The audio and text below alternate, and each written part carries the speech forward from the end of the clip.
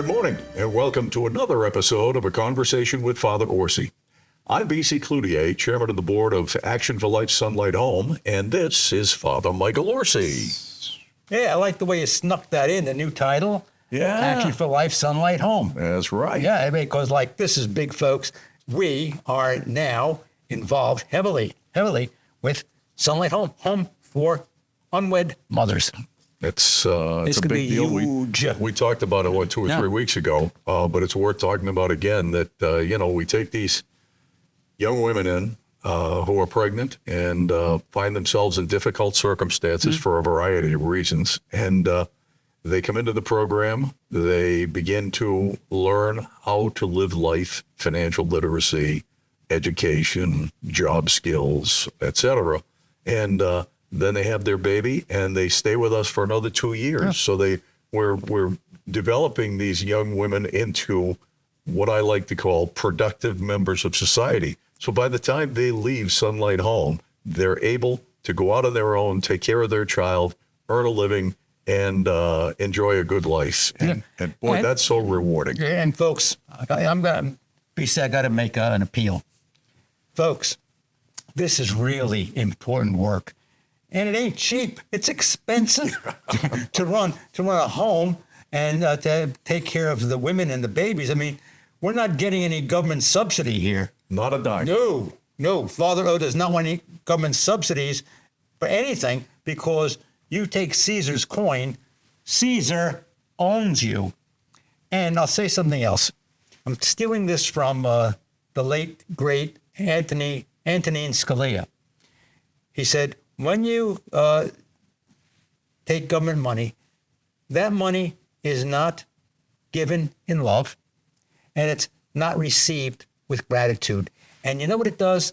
It cuts off the great graces that God wants to give us because of our generosity. It doesn't just help them, it helps us to be Christian and helps us to get to heaven. And that's miracle money. That's God's money. And you know what? They know that. I can't say, hey, we got a subsidy, from Uncle Sam, and we're going to be able to do this, and this money is coming to you from the taxpayers.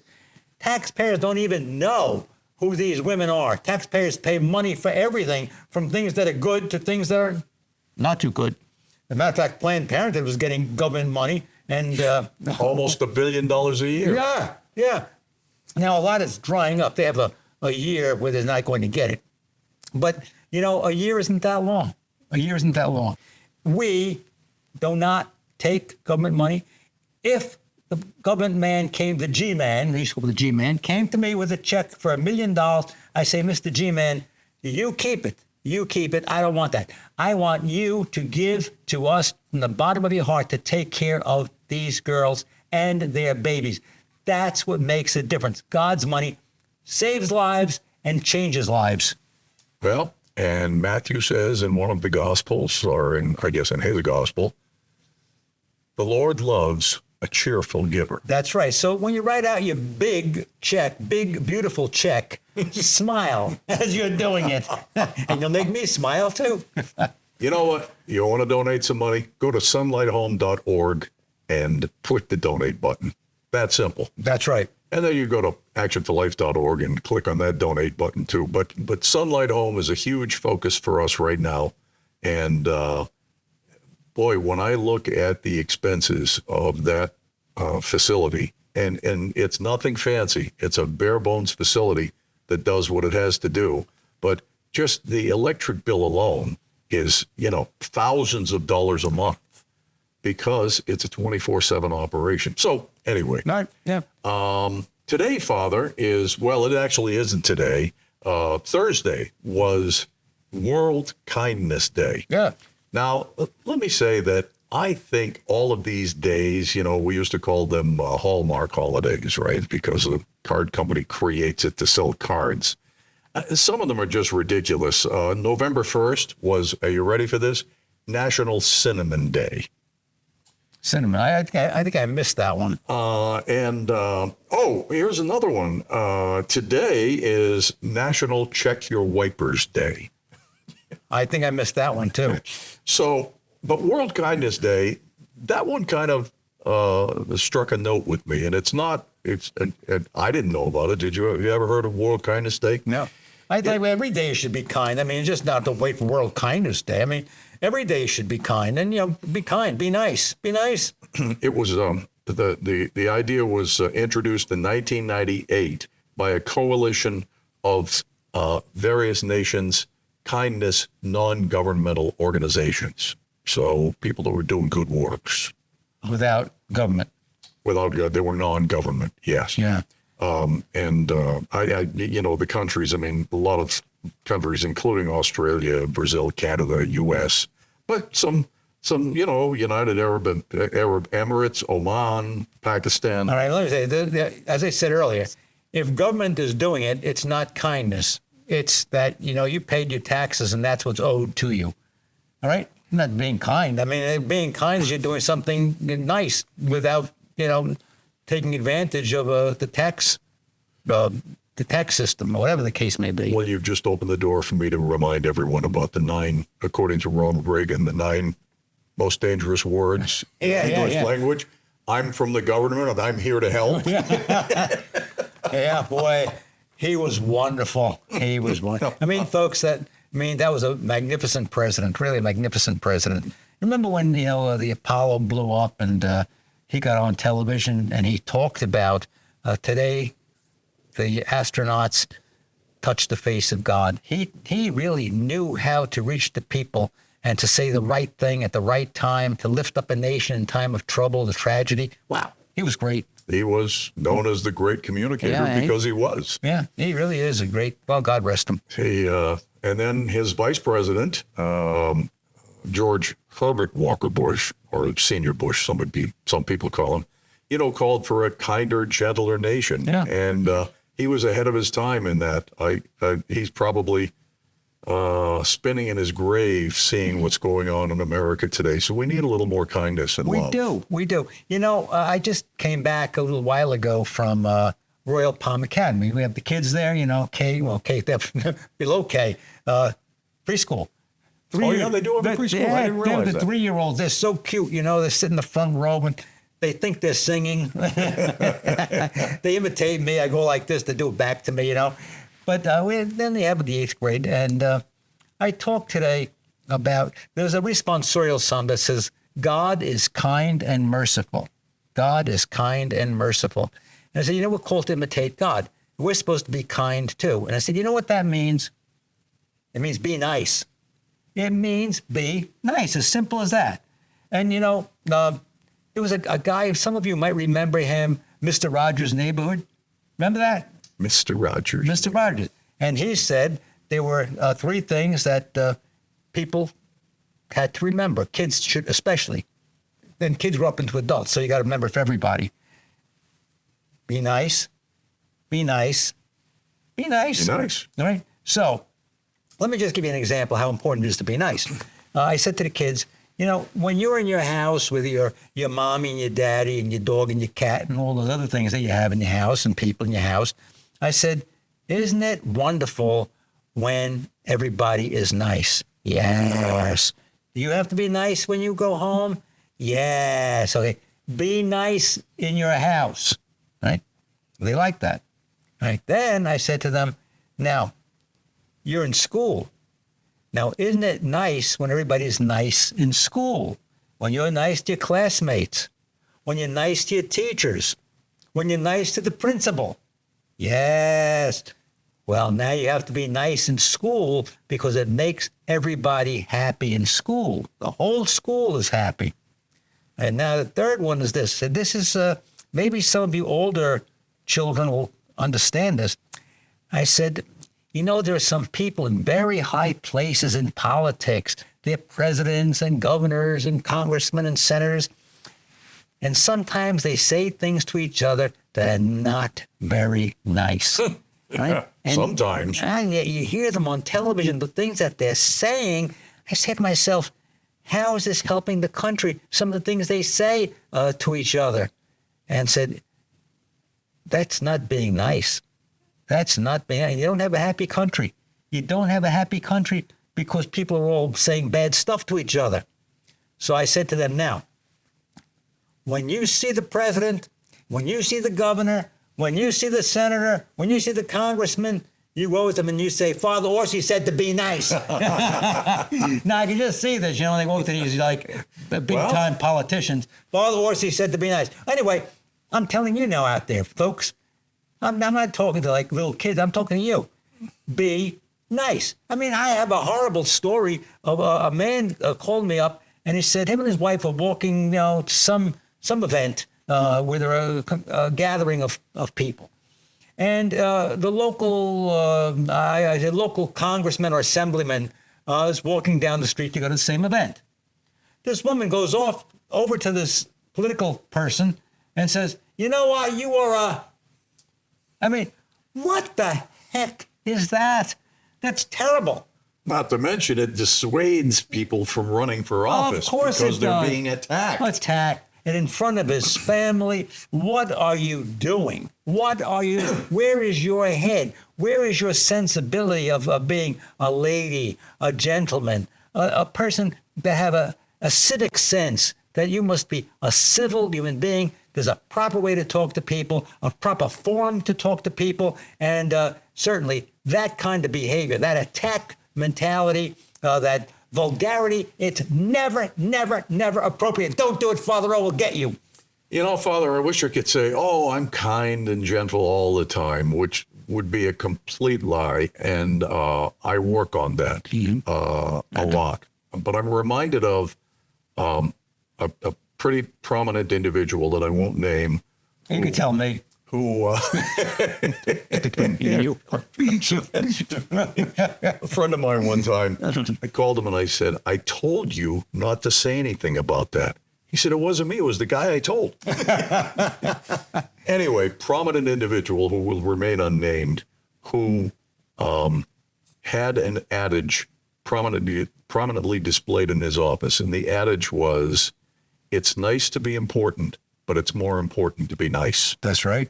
And he lived by that rule, and I should be reminded of it more often. It's unfortunately, it's socially acceptable to be unkind today. I know. It's to say terrible things, and particularly online, but even in person. In person, and a lot of times, it's not just what they say; it's how they say it, and sometimes they even lie because they want to score points against somebody else or against their opinion. So oftentimes the anger comes out not just in vulgarity, but in lies. We call it calumny, detraction, to try to take away from another person's reputation. It's a terrible thing. I wonder, you and I aren't going to change that, and this TV program is not going to change it. But it seems to me that Bush Sr. was onto something with a kinder and gentler nation, and it seems as though, of course, we have a president who's pretty unkind. So those things filter down from the top. It would be nice if he could maybe be a little kinder and gentler at times. Yeah, well.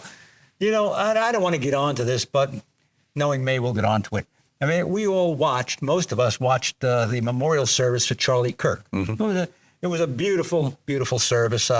It was very uplifting. So many people got up and they spoke beautifully.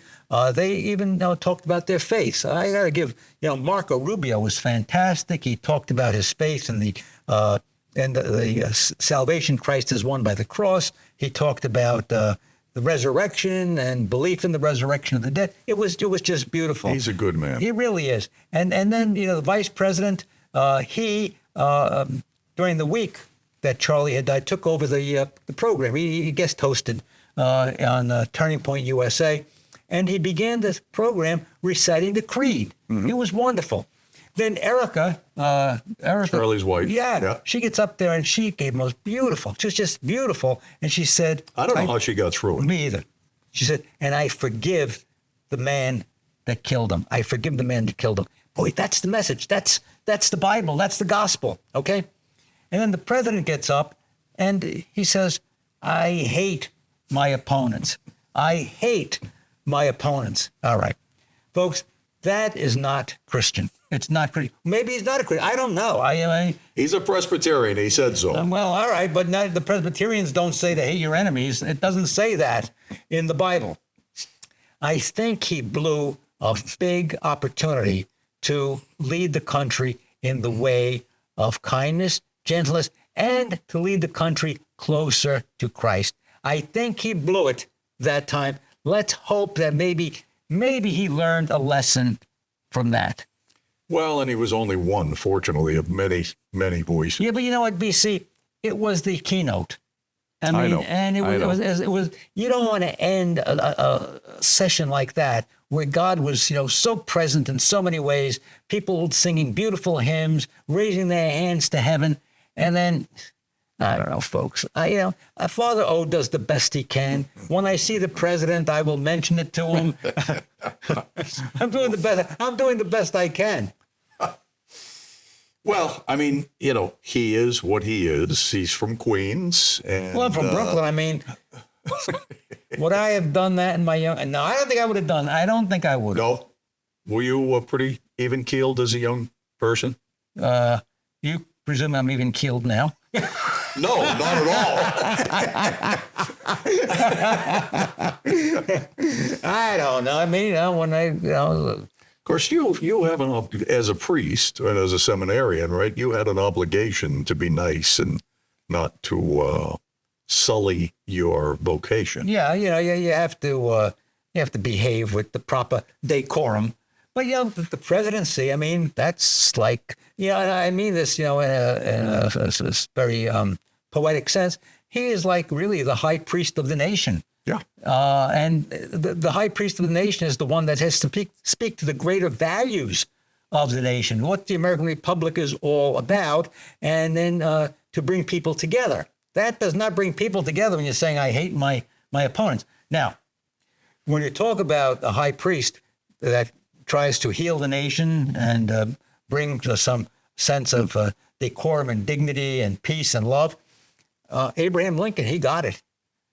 His second inaugural, folks, Father O is telling you right now, if you never read the second inaugural, you must read the second inaugural. And it ends with those beautiful words, with charity toward all and malice toward none, let us go forth to heal the division in our country.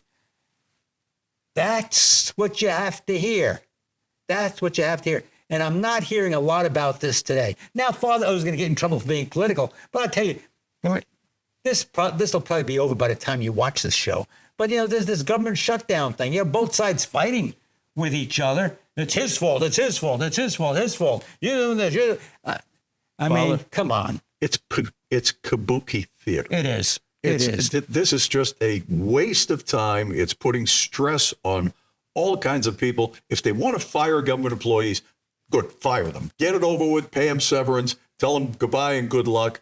This whole idea of shutting down the government that's not shut down is ridiculous. But getting people all agitated in the meantime, the government's shut down. Once again, right? That's what they love in Washington these days is pit people against each other. It's about taking away your Medicaid money. It's taking away your Medicare money. It's trying to hurt illegal immigrants from being in the country. Look, cool it. They keep fighting with each other like that. You cause more division. And you could get together and you could talk this stuff over. You remember, Tip O'Neill and Reagan, they got together and they talked it out and they have a drink and a cigar and it was over. And they got things done. They did. I mean, what happened to that? Another one on the left, Bill Clinton was great at compromise. Yeah. And he managed to get a Republican Congress to do all kinds of interesting things. Yeah. But he also, tightened up welfare requirements, which over the years have loosened again. We need somebody like that. Whoever it is, we need someone who looks at the other side and says, I don't agree with that, but I can see your point. Right. And I think there's a way we can come together. Sure. What Clinton had, I mean, I guess he'd be considered, today, a moderate. I would think so, yeah. A moderate Democrat, not a socialist, but he had a likability factor about him, and that likability was the sense that he was willing to compromise and that he genuinely liked people to get along. Yeah. So he saw people as not as an enemy, but he saw people as people that are people that you have to compromise. That's what government is all about. It's the art of compromise, the art of doable, because no matter what you do, there is somebody that's going to be out there that doesn't like what you're doing. Well, how can we bring this together? And if you can't stand the heat, stay out of the kitchen. Harry S. Truman. We're going to take a break. We'll be right back. We'll get back to a conversation with Father Orsi in just a moment. But right now, I'd like to talk to you about the cost of producing and airing this television program, which amounts to about $3,000 per episode. Now, that includes the production costs and the airtime, but $150,000 a year is a pretty big hill to climb. And I'm here to ask for your help. We think that you enjoy the program, at least that's what we hear. The board of directors believes that this is a very good investment. I hope you feel that way too, obviously. What I'd ask for is that you consider contributing to actionforlife.org. You can go online, you can contribute once, you can contribute on a monthly basis, and we are more than glad for either. Whatever's appropriate in your circumstances. But again, please go to actionforlife.org and make a tax-deductible contribution to keep a conversation with Father Orsi on the air. Thank you so much, and God bless to you and yours.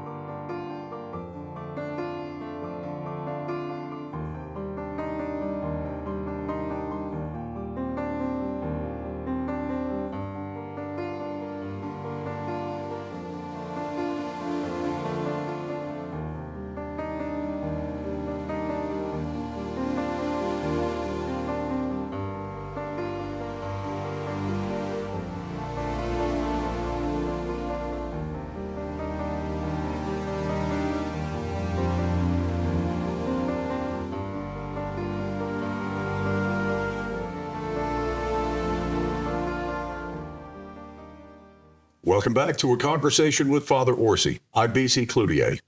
So, Harry Truman, look, I'm a Republican. I don't think that's any secret. But I've named two Democrats now that I thought were pretty good presidents, Harry Truman and Bill Clinton. Right.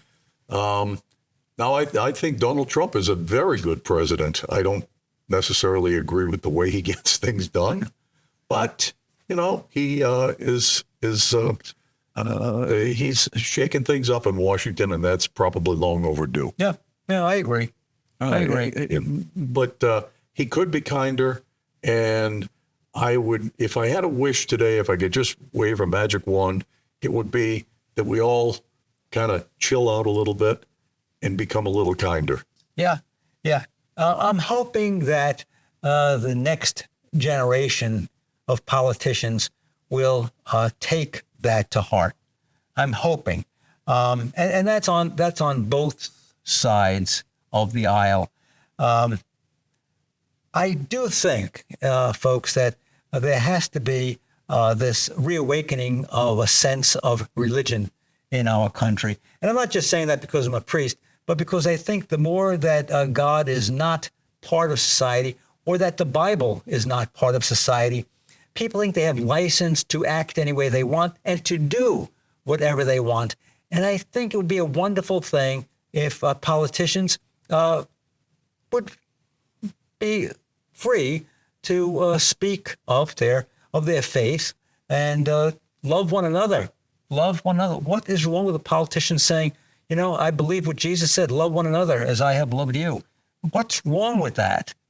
It seems to me that too many politicians today, Father, are looking at their polling, and they're taking positions based on polls rather than on what their core beliefs. Yeah. And it also seems to me that there are a lot of politicians out, not a lot of there are politicians out there who avoid talking about God because they think that they might,